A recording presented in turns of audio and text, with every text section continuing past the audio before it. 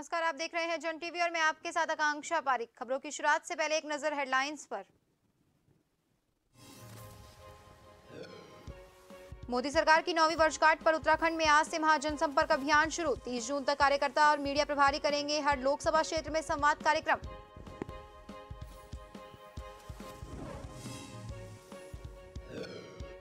PM Modi के पिथौरागढ़ दौरे की तैयारियां तेज। सीएम धामी ने कहा, उत्तराखंड को मिलेंगी कई नई सौगातें। अधिकारियों ने किया निरीक्षण।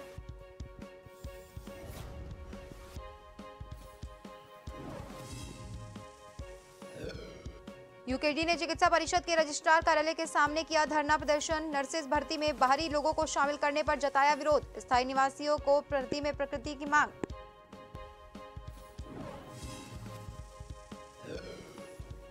चारधाम यात्रा में धोखाधड़ी का मामला। यात्रा रोक के बावजूद हो रहा था फर्जी रजिस्ट्रेशन। आरोपी को हिरासत में लेकर पूछताछ में जुटी पुलिस।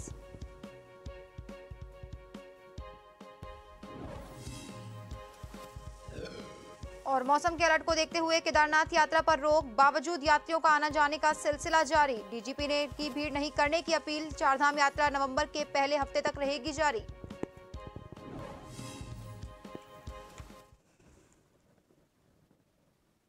उत्तराखंड के मुख्यमंत्री पुष्कर सिंह धामी ने प्रधानमंत्री नरेंद्र मोदी का आभार व्यक्त किया। मुख्यमंत्री पुष्कर सिंह धामी का कहना है कि G20 बैठक उत्तराखंड के रामनगर और नरेंद्रनगर में सकुशल संपन्न हुई है।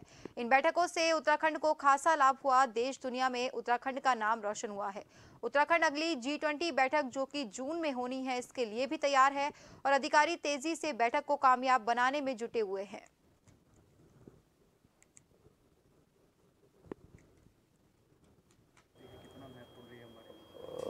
G20 की दोनों ही बैठकें, पहली बैठक रामनगर में और दूसरी बैठक रामनगर में जो हुई है, दोनों ही बैठकों पर पूरे देश दुनिया में उत्तराखंड की तरफ सबका ध्यान गया है और हमारे यहाँ की जो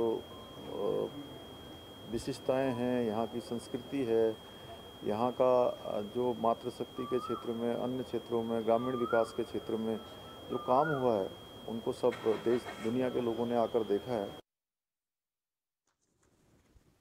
सरकार के 9 साल का कार्यकाल पूरा हो चुका है। वहीं दूसरी ओर आज से प्रदेश भर में महाजनसंपर्क अभियान की शुरुआत की जा रही है। प्रदेश प्रवक्ता नवीन ठाकुर ने कहा, केंद्र सरकार के 9 साल का कार्यकाल उपलब्धियों भरा रहा है।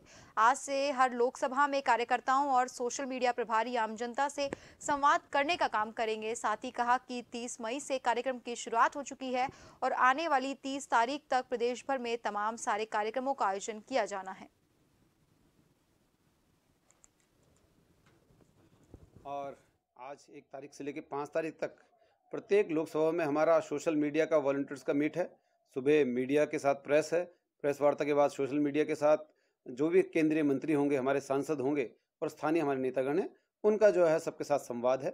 और आपने देखा प्रदेश का हमारा कार्यक्रम बहुत सफल रहा, जो 29 तारीख को था। आप सबके कारण बहुत शानदार कार्यक्रम रहा और लोकसभा स्तर पर भी हमारा ये कार्यक्रम सोशल मीडिया का बहुत ज़्यादा सफल रहने वाला है।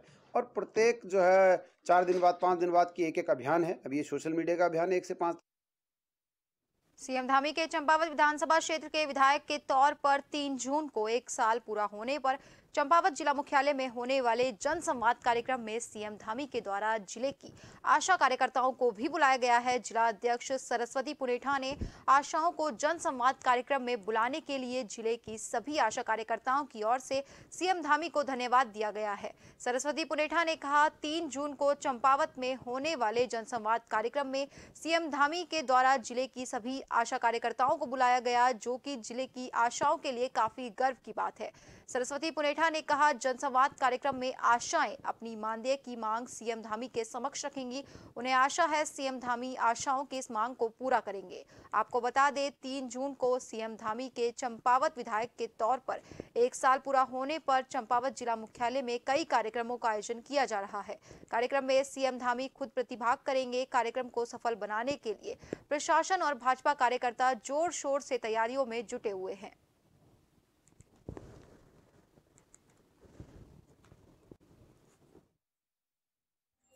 हम लोग, मैं जो है तो आशा कार्यकर्ता जिला अध्यक्ष सरस्वती पुनेठा, मैं सभी आशाओं की ओर से माननीय मुख्यमंत्री जी का बहुत बहुत धन्यवाद। आभार प्रकट करती हूँ, क्योंकि मुख्यमंत्री जी ने हमें जो है तो जब संवाद में जो है तो 3 तारीख को हमें चंपावत में बुलाया है और हमें उनसे बहुत उम्मीदें हैं कि सर से हम सारी बातें अपनी जो भी हमारी समस्याएं हैं उनसे बात में रखेंगे और उसके बाद हर चीज़ में जहाँ पर भी है हम भी उनका सहयोग करें। चारधाम यात्रा जोरों शोरों से चल रही है। इस बीच मौसम विभाग के अलर्ट को देखते हुए केदारनाथ यात्रा पर रोक लगा दी गई है। जो यात्री जहां हैं उनको पुलिस द्वारा वहीं रोक दिया गया, लेकिन फिर भी यात्रियों की आना जाना जारी है, जिससे केदारनाथ में दबाव बढ़ रहा है। कैपेसिटी से ज्यादा भीड़ की वजह से पुलिस सहित श्रद्धालुओं को परेशानी हो रही है। इसी को देखते हुए डीजीपी अशोक कुमार ने श्रद्धालुओं से खास अपील की। डीजीपी ने कहा, भीड़ बढ़ जाने के कारण ट्रैफिक कंट्रोल के साथ ट्रैकिंग और मंदिर दर्शन में दिक्कत हो रही है। डीजीपी ने अपील करते हुए कहा कि चारधाम यात्रा नवंबर के पहले हफ्ते तक जारी रहेगी। ऐसे में इस महीने भीड़ ना करके आराम से यात्रा करें।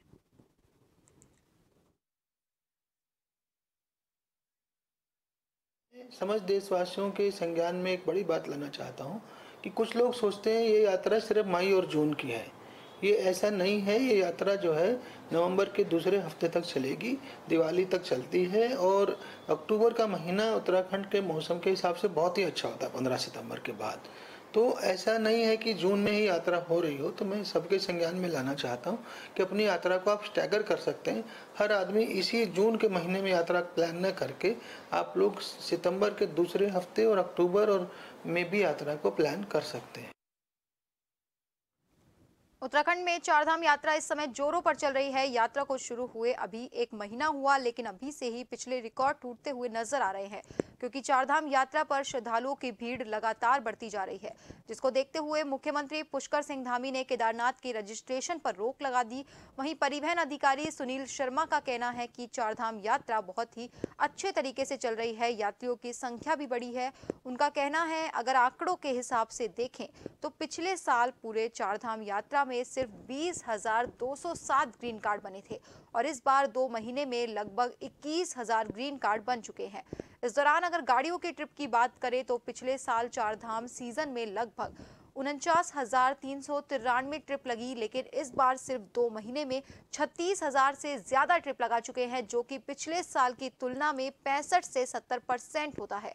उम्मीद है अगले महीने में पिछले साल का रिकॉर्ड भी टूट जाएगा। इस बार यात्रियों की सुविधाओं के लिए हाईटेक चेक पोस्ट बनाई गई है, जिससे यात्रियों का तुरंत ट्रिप कार्ड बने और उनकी यात्रा में कोई व्यवधान न हो। साथ ही चेक पोस्ट पर और प्रवर्तन दलों को भी आदेश दिया गया कि यात्रियों की गाड़ियां चेक करने के साथ ही उनकी समस्याएं भी सुने। चारधाम यात्रा 2023 में आपको बताना चाहूँगा कि बहुत अच्छी तरीके से चल रही है और जिसमें बहुत ज़्यादा यात्री भी आ रहे हैं इस बार। इसका एक आंकड़ों के हिसाब से अगर देखा जाए तो पिछली बार पूरे चारधाम यात्रा के सीज़न में मात्र 20,207 ग्रीन कार्ड बने थे। इस वक्त हमारे पास 2 महीने में ही लगभग हमारे पास 21,000 के लगभग ग्रीन कार्ड बन चुके हैं। इसी दौरान इसको ये भी बताना चाहूँगा, जहाँ तक गाड़ियों के ट्रिप के सवाल हैं, तो पूरे चारधाम सीजन में पिछले साल जो ट्रिप लगी थी वो लगभग 49,393 ट्रिप लगी। चारधाम यात्रा में धोखाधड़ी मामले रुकने का नाम नहीं ले रहे। कई तरीकों से यात्रियों से धोखाधड़ी की जा रही है।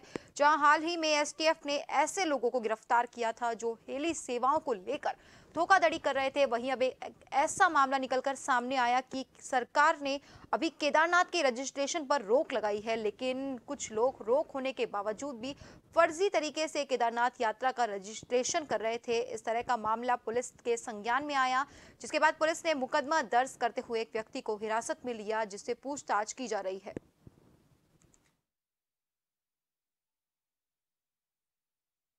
कल ही हमारे ऋषिकेश कोतवाली में ये सूचना आई थी कि एक व्यक्ति, जबकि ऑनलाइन रजिस्ट्रेशन केदारनाथ धाम जी के बंद चल रहे हैं, तो एक व्यक्ति पैसे लेकर और उनका फर्जी रजिस्ट्रेशन करा रहा है, उनको मतलब लोगों को इस तरह से धोखाधड़ी कर रहा है।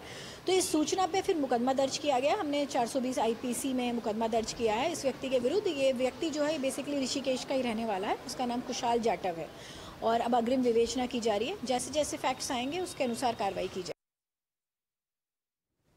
केंद्र और राज्य सरकार की तमाम विफलताओं को लेकर उत्तराखंड कांग्रेस अब जनता के बीच पहुंचकर जागरूकता अभियान चलाने की तैयारी कर रही है। इसके लिए उत्तराखंड कांग्रेस ने कई कार्यक्रम निर्धारित किए हैं। वहीं कांग्रेस प्रदेश उपाध्यक्ष सूर्यकांत धस्माना ने बताया कि पार्टी की ओर से 1 जून से ये अभियान चलाया जाएगा और ये अभियान 2024 तक चलेगा। इसके तहत केंद्र और राज्य सरकार की विफलताओं को जन जन तक पहुंचाया जाएगा। साथ ही बताया भ्रष्टाचार, महंगाई, बेरोजगारी के साथ ही तमाम विषयों को जनता के सामने रखा जाएगा।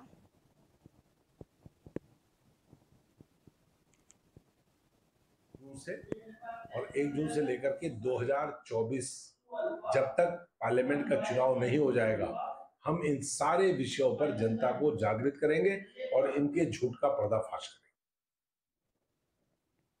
बागेश्वर में खनन को लेकर नियमों की धज्जियां उड़ाई जा रही है, जिसकी वजह से सरकार को लाखों का नुकसान हो रहा है। सरयू गोमती नदी में इन दिनों प्रशासन ने चुगान की परमिशन दी है, जिसके चुगान में नाम पर हाईकोर्ट के नियमों की खुलेआम धज्जियां उड़ाई जा रही है। नैनीताल हाईकोर्ट ने नदियों में जेसीबी से खनन पर रोक लगाई है, लेकिन बागेश्वर की नदियों में लगातार जेसीबी से दिन रात खनन हो रहा है और सरकार को राजस्व का भारी नुकसान हो रहा है।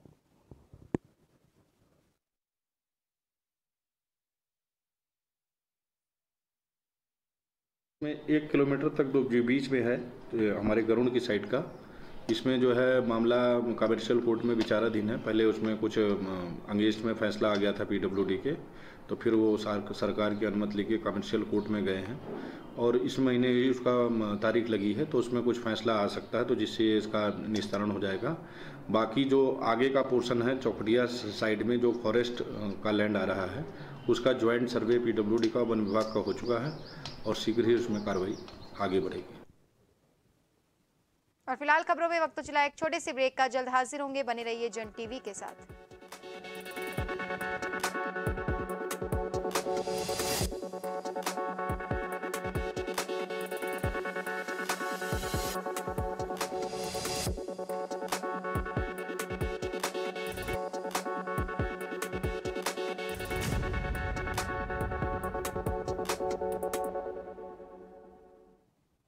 ब्रेक के बाद एक बार फिर से आपका स्वागत है। बढ़ते हैं अगली खबर की ओर, जो कि देहरादून से है, जहां यूकेडी ने नर्सेज भर्ती में बाहरी लोगों को शामिल करने के विरोध में चिकित्सा परिषद के रजिस्ट्रार कार्यालय में धरना प्रदर्शन किया। साथ ही उत्तराखंड के स्थायी निवासियों को ही नियुक्ति में प्राथमिकता देने की मांग उठाई। यूकेडी ने चिकित्सा परिषद अध्यक्ष के माध्यम से सीएम को ज्ञापन भेजा। दरअसल नर्सेज भर्ती के 1564 पदों पर अभिलेख सत्यापन से पहले ही सोशल मीडिया पर तमाम सवाल उठाए जा रहे हैं। केंद्रीय मीडिया प्रभारी शिव प्रसाद सेमवाल ने बताया कि समूह ग भर्ती में स्थायी निवासी होना जरूरी है। उन्होंने मांग उठाई कि अभिलेख सत्यापन में सबसे पहले बाहरी मूल के सभी आवेदकों के स्थायी निवास प्रमाण पत्र की जांच शासन स्तर से कराई जाए। हम लोग आज यहाँ पर धरने पे बैठे हैं और हमारी मांग ये है कि नर्सिंग की भर्तियों में सिर्फ और सिर्फ उत्तराखंड के ही अस्थायी निवासियों को मौका दिया जाना चाहिए। यहाँ पर राजस्थान से लेकर के मध्य प्रदेश से लेकर के तमाम अभ्यर्थी यहाँ पर आए हुए हैं। हमारी ये मांग है कि एक्ट में भी यही व्यवस्था है कि सिर्फ उत्तराखंड के ही अस्थायी निवासियों को यहाँ पर मौका दिया जाना चाहिए। और हमारी एक मांग और है कि डॉक्यूमेंट जो भी हैं जिन्होंने भी फर्जी बनाए हैं, इनके डॉक्यूमेंट का प्रॉपर वेरिफिकेशन हो, उसके बाद ही ये फाइनल किया जाए।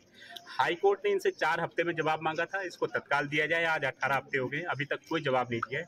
उत्तराखंड क्रांति दल का ये अल्टीमेटम है कि अगर उत्तराखंड के अस्थायी निवासियों से इतर कोई और नर्सिंग में भर्ती होता है तो हम लोग इसके लिए व्यापक जन आंदोलन छेड़ेंगे। ये भर्तियां फिर हम किसी भी कीमत पर नहीं। दिल्ली में हुए साक्षी हत्याकांड के आरोपी को फांसी की सजा दिए जाने की मांग को लेकर हल्द्वानी के बुद्ध पार्क में कई सामाजिक संगठनों ने प्रदर्शन करते हुए पुतला दहन किया, जिसके बाद एसडीएम कोर्ट तक जुलूस निकालकर सिटी मजिस्ट्रेट के माध्यम से प्रधानमंत्री को ज्ञापन भेजते हुए आरोपी साहिल को फांसी की सजा देने की मांग की। प्रदर्शन कर रहे लोगों ने दिल्ली में सरेआम चाकू से गोद कर बेहद निर्ममता के साथ हुए साक्षी हत्याकांड पर विरोध जताते हुए आरोपी को सीधे फांसी पर चढ़ाए जाने की मांग की है। साथ ही कहा कि देश में लव जिहाद की घटनाएं बढ़ रही है, जिस पर सरकार को कड़ी कार्रवाई करनी चाहिए। देखिए, ये अगर ये हत्याएं नहीं रुकी तो ये बहुत बड़ा रूप ले लेंगी। इसलिए हमें चाहिए कि इस समय सरकार को उस साहिल को बहुत जल्दी से जल्दी फांसी की सजा हो या फिर इस तरह से मारा जाए जैसे उसने उस लड़की को मारा है। बस हमारी ये मांग है कि सारी जनता के सामने ये मैसेज जाना चाहिए कि ये जो लव जिहादी है ये बंद हो, ये आतंकवाद बंद हो और लड़कियों को, छोटी छोटी नाबालिग लड़कियों को जो इस तरह मारा जा रहा है, बेरहमी से मारा जा रहा है, उसको जड़ से खत्म किया जाए। उत्तराखंड के डोईवाला क्षेत्र में बाहरी प्रदेश के संदिग्ध लोगों के द्वारा आपराधिक घटनाओं को अंजाम देने के साथ ही क्षेत्र में तेजी से बढ़ रहे लव जिहाद और लैंड जिहाद के साथ धर्म परिवर्तन के बढ़ते मामलों को लेकर विश्व हिंदू परिषद ने तमाम हिंदूवादी संगठनों के साथ मिलकर डोईवाला तहसील और पुलिस प्रशासन को ज्ञापन देकर इन मामलों पर ठोस कानूनी कार्रवाई की मांग की। तहसील और पुलिस प्रशासन को ज्ञापन देते हुए हिंदूवादी संगठनों के नेताओं ने कहा कि आजकल जिस तरह से समुदाय विशेष के द्वारा संदिग्ध गतिविधियों को अंजाम दिया जा रहा है, उससे क्षेत्र का माहौल खराब हो रहा है। प्रशासन से इन मामलों पर सख्त कार्रवाई की मांग करते हुए हिंदूवादी नेताओं ने कहा कि दिल्ली उत्तरकाशी के बाद डोईवाला में जिस तरह से लव जिहाद के मामले सामने आए, उसे हम बर्दाश्त नहीं करेंगे। माननीय एसडीएम साहब को दिया कि क्षेत्र में लगातार हो रही आपराधिक गतिविधियों के बारे में, दूसरा यहाँ पे लैंड जिहाद, लव जिहाद और सरकारी भूमि में कब्जा चल रहे हैं। इसके लिए हमने माननीय एसडीएम साहब को ज्ञापन दिया है। उन्होंने हमें आश्वासन दिया है कि शीघ्र इस पर कार्रवाई की जाएगी।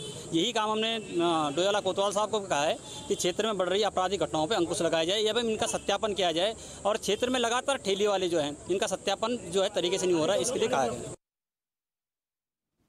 देहरादून से एक बड़ी खबर सामने आ रही है। कुश्ती महासंघ के अध्यक्ष बृजभूषण के खिलाफ लगातार प्रदर्शन कर रही महिला पहलवानों को लेकर उत्तराखंड महिला कांग्रेस ने प्रेस कर बड़ा ऐलान किया। उन्होंने कहा, जो 5 दिनों का अल्टीमेटम सरकार को दिया गया है, अगर उसमें कोई बड़ी कार्रवाई नहीं हुई तो महिला कांग्रेस सीएम और दिल्ली में प्रधानमंत्री आवास का घेराव करेंगी। प्रदेश अध्यक्ष ज्योति रौतेला ने कहा, महिला पहलवानों की बात सरकार सुनने के लिए तैयार नहीं है। ऐसे में अगर अब बड़ी कार्रवाई बृजभूषण पर नहीं हुई तो महिला पहलवानों पर लगी धाराएं नहीं हटाई गई तो महिला कांग्रेस बड़ा प्रदर्शन करेंगी। तरीके से जो महिला पहलवान है उनके साथ हैं और अगर सरकार इस पे कोई कार्रवाई नहीं करती, अभी इनको जो इन लोगों ने नरेश सकेत जी ने जो टाइम दे रखा, अगर इस पे कोई कार्रवाई नहीं होगी तो महिला कांग्रेस पूरे प्रदेशों में मुख्यमंत्री आवास का घेराव और जो दिल्ली में है प्रधानमंत्री आवास का घेराव करेंगे। उनसे सवाल करेंगे कि ऐसा क्या है कि जब जो लड़कियां देश के लिए मेडल जीत के ला रही है तब प्रधानमंत्री उसको अपने यहाँ डिनर पे बुला रहे हैं, लेकिन जब वो अपने ऊपर एक शोषण का आरोप लगाती है तब उस पर कोई केस नहीं करती।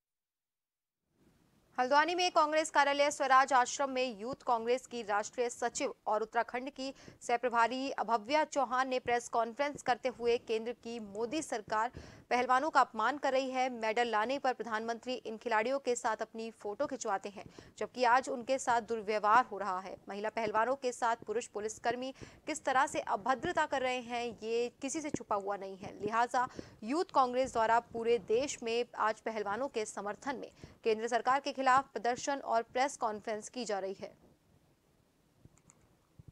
यूथ कांग्रेस इनकी आज हर जगह पूरे देश में कहा गया है। भारतीय युवा कांग्रेस के राष्ट्रीय अध्यक्ष बीवी श्रीनिवास जी की तरफ से निर्देश हुआ है कि प्रत्येक मुख्यालय पे या तो प्रेस कॉन्फ्रेंस या तो प्रदर्शन करके हमें इसका विरोध व्यक्त करना है, क्योंकि कल तक जो हमारा देश का गौरव थे उनके संग प्रधानमंत्री जी फोटो खिंचा रहे थे। आज प्रधानमंत्री जी अपने सांसद को बचाने के लिए उन पहलवानों को लाठी चार्ज करवा रहे हैं और कहाँ से मतलब पुरुष पुलिस द्वारा भी उनको कितनी गलत तरीके से छुआ जा रहा है उसका प्रधानमंत्री जी बिल्कुल संज्ञान नहीं ले रहे। इसलिए भारतीय कांग्रेस पहलवानों के समर्थन में हर जगह प्रदर्शन कर रही है।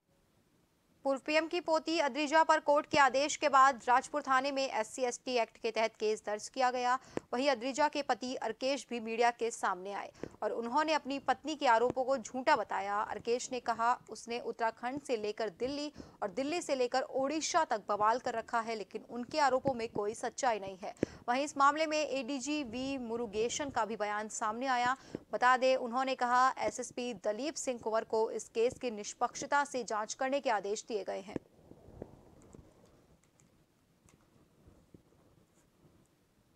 मालूम ही नहीं है एक्चुअली क्या है, या तो मेरी वाइफ की फ्रेंड है कि उनकी बहन की फ्रेंड है, दोनों की दोस्त है। अच्छा, एक चीज रहता है वो पुलिस हमारे प्रभाव में होती तो मेरे कंप्लेंट्स क्यों नहीं रजिस्टर होते इनके अगेंस्ट में, मेरे FIRs क्यों नहीं बने किसी चीज में, मैं क्यों चक्कर काट रहा हूँ पुलिस स्टेशन की, तो आराम से घर में बैठे हुए हैं। आज जब कोई पेड़ की डाल काटने जाएगा ये 112 को बुला देंगे, क्या करेगा पुलिस वाला? इसको हमारे डिस्ट्रिक्ट डीआईजी जो कम एसएसपी हैं उनको निर्देश दी गई है, इस पे जो भी सही कार्रवाई होना है वो पूरा करें, निष्पक्षता से जांच करें, जो इन्वेस्टिगेशन फेयर एंड ट्रांसपेरेंट हो।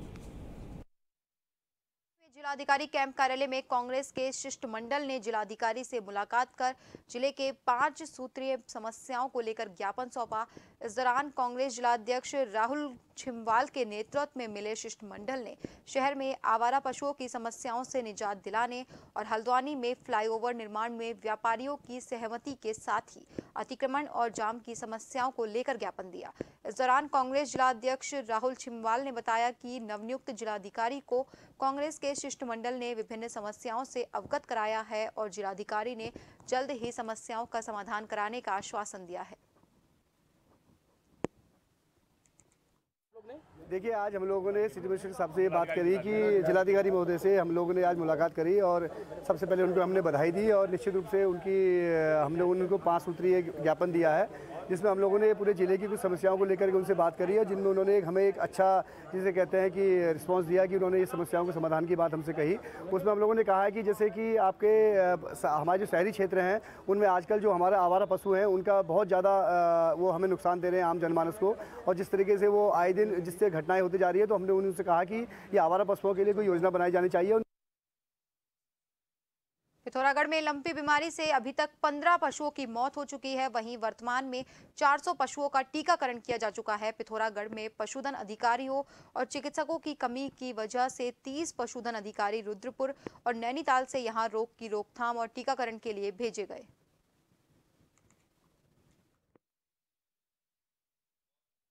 हमने 1 लाख पशुओं का लक्ष्य रखा है, तो लगभग अभी 35,000 पशुओं का टीकाकरण हम और करने जा रहे हैं। हमारे पास पर्याप्त मात्रा में वैक्सीन उपलब्ध है, दवाइयाँ उपलब्ध हैं। अभी तक टोटल करीब 2200 से अधिक पशु इस बीमारी से ग्रसित पाए गए, जिसमें से हमने लगभग 1800 पशु उपचार के उपरांत ठीक हो गए हैं और आज की तारीख पे 400 के लगभग पशु जो हैं वो अभी भी एक्टिव केस की श्रेणी में हैं।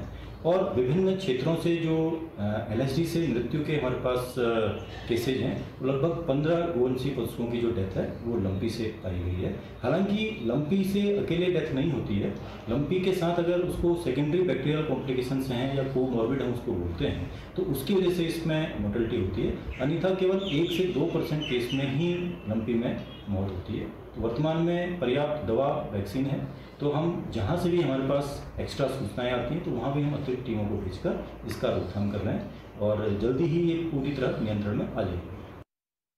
और फिलहाल इस बुलेटिन में इतना ही। बने रहिए जन टीवी के साथ। नमस्कार।